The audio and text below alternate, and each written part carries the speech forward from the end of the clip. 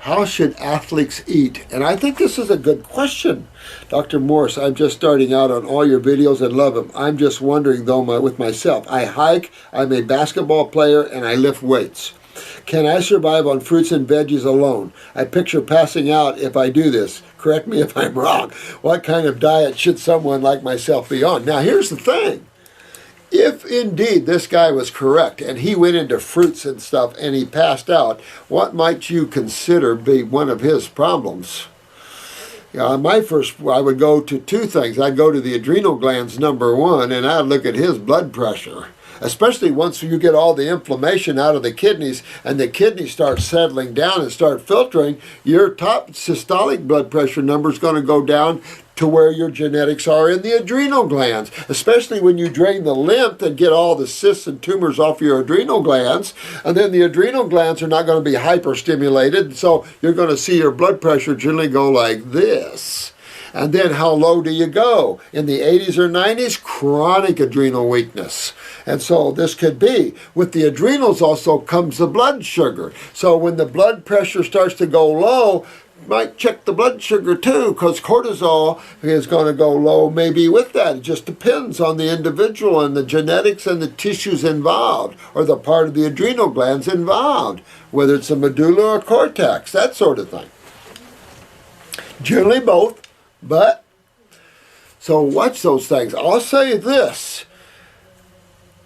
If you're an athlete, you want to learn about resistance and obstructions, because that's what blocks the flow of energy. The resistance we get in the human body, of course, is brought about by swelling, is brought about by acid obstruction, is brought about by dehydrating the interstitial fluids and creating a hardening, a thickening of these fluids, a slowing down of the movement of these fluids, almost a stagnation of that. These are obstructions to the flow of energy. And when you're an athlete, the less obstruction, the more endurance. And you, of course, want the adrenals to be pumping your neurotransmitters of epinephrine and norepinephrine. But you want to have good vascular flows in all this. So the best way to get those is fruits and veggies. For an athlete who wants to build muscle, you got to go to the alfalfas. Those are the wonder greens, as the alfalfas. Far exceeds wheatgrass, far exceeds barley. A great way to build muscles with flexibility. You build protein muscles, you're defeating your world as an athlete, because you're building acidosis, you're building stiffness and tightness in the body. You're not building flexibility, you're trying to build size of muscles, size of chests. I was in that one time. No. You want power, strength of cells, good fluid flow. And that way you have constant endurance. And I'm going to tell you, don't take my word for it, try this. Detox your body, get your adrenals in order, get all your glands in order as an athlete, get way up there on the fruit, and let me show you a level of energy that will freak you out. And you'll be going, how do I turn it off? That is what you want as an athlete. Pump your greens, pump your parsleys, your dandelions, your alfalfas to build muscle. Move those lymphs, clean out the obstructions so edema and swelling and acidosis from activity doesn't build resistance in you. And then clean that mind out where there's no obstructions in thought. And you're down the road, baby. You're light, you can jump, you're flexible, you're not stiff and tight, you're not losing your kidneys as protein pumpers do. And go that route. Also, I don't know if he's written a new book, but this is Steve Arden, athlete. And you can see he's got a new book. I think this is in reprint or something. But how to build extreme muscles. Protein muscles go. They're the first to leave you when you are eating normally or in the health. You notice that if you build big muscles, if you don't keep it going, they go right away because they're not real. They're fake, they're false basically. You put them on wrong. You can't, and you acidified your body doing it and you hurt your kidneys doing it. You always see these bodybuilders in the future, in time, deflate. Oh, it's not good. They deflate. Yeah, it's not good. and they look terrible. Exactly. Yeah. Take a look. I saw a special the other day on retired bodybuilders and stuff like that. Big guys with chests, and you know that big guy with the biggest arm that popped his muscle. I mean, it's just sad stuff. You want to build up right. You want to build up with power. You want to build up with endurance. You want to build up with energy. That's raw, baby. Superfood. Superfood blend. Yeah. Oh, a superfood blend, man. It's a killer, baby. But those are the kind of things you want to do. Pump alfalfa juice or alfalfa sprouts and things like this. But fix some things first. You know, get your lymph system cleaned up first. Even though it might take you down a little skinny, and if you're malabsorbed, maybe a little skinnier than you would like. Okay, fix it. You know what you're on. You're on a journey to Wellville. Get past this initial stage where you're opening up your kidney filtration, you're getting your lymph nodes cleaned, you're getting your body cleaned, and then go for it, baby. Start building. Start growing. But keep it raw and keep it high, because let me tell you, on a fruitarian diet, power will come into those muscles like you've never seen. I don't care if you have vegetables too and you build up with alfalfa, who cares?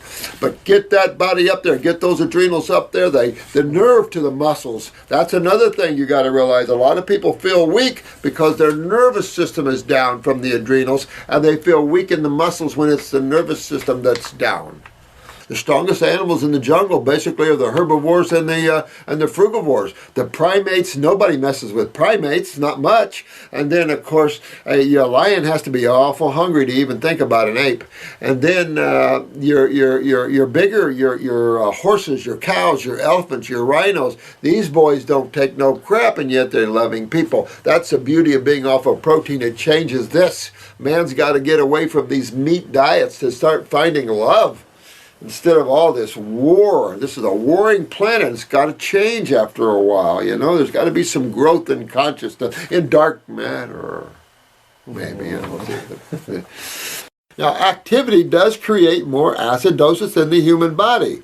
That's a given and understood. But then if you're eating a diet like you should, they get cleaned out with the fruits and the berries and the melons. So as you create activity and you create more lactic acid, carbonic and phosphoric acids, the fruit eating will help clean them out. The kidneys will filter them out, and you don't even notice it.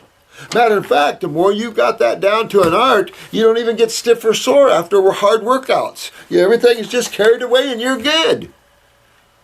But if you're not filtering and you're not moving lymph properly and you have osteoporosis as a sign of that, then that's what's going to get you in trouble. So remember that old saying that when you're acidic or when you're sick, rest. And that's what the animals do. Man, for some reason, is out there by himself on an edge that no other species is.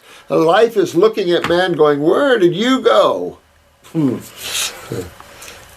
At what stage do you usually let your patients start exercising again? When they're filtering. When I see their urine is starting to get sediment in it and they're filtering, by all means, start to kick it up more and more and more, realizing that you don't want to dissipate all your nerve energy all the time. If you have weak adrenals, it's like you want to hold that nerve energy for a while, because remember, nervous system controls literally everything. It's the electrical department. My point was a while back is that when you defat people, when the fat comes off of people, what you thought was muscle suddenly doesn't look like muscle anymore. Oh, I'm losing my muscle. Are you really? You're losing your fat. If you have inferior muscle, if you put on muscles with protein powders, you're going to lose them. See you later. They're going to go bye-bye. Put them on with alfalfa and greens and they won't go bye-bye. It's just, again, going back to that which is inferior, that which is weak, is terminated.